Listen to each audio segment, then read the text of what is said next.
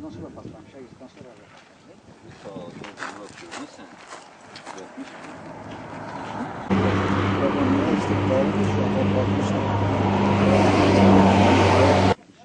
Sola.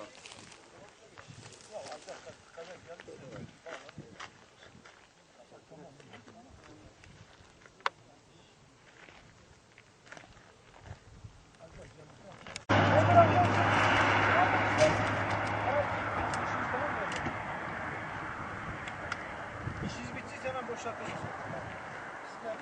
Araç bir işiniz kaldı mı? Bittiyse.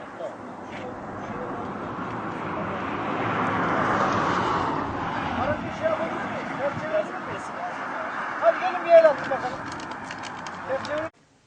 Tutanak mı yapacağım? Cevap vermiyor ya. Ben eniştesine söyledim, gerekeni artık cevap vermeyin. Bir adet gri. İçinde çeşitli muhtelif şeyleri var. Gerek var.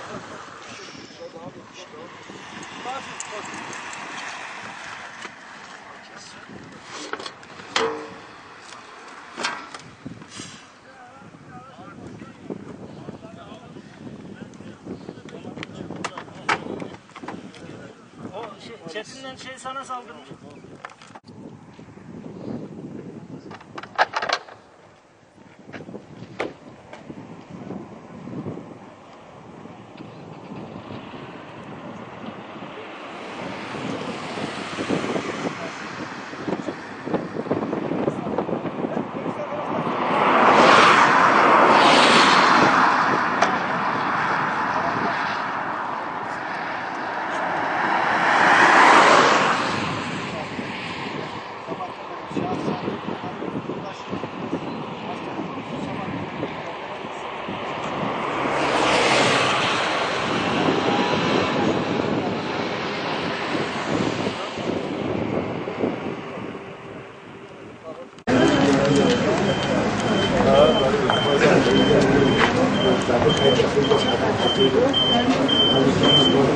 Yavaş.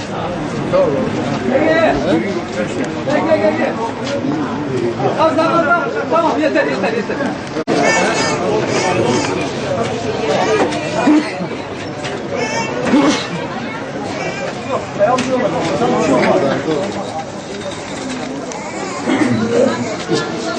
İnşallah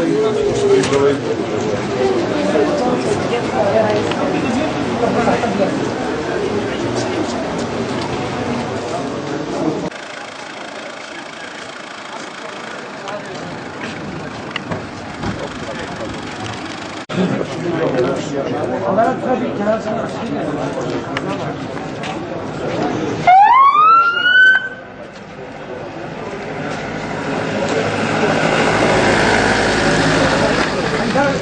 Neydi abi?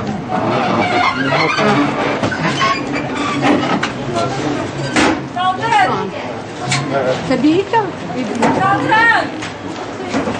Kaldır boğazımı. Kaldır boğazımı. Kaldır çenemi. Kaldır çenemi. Kaldır çenemi. Kaldır çenemi.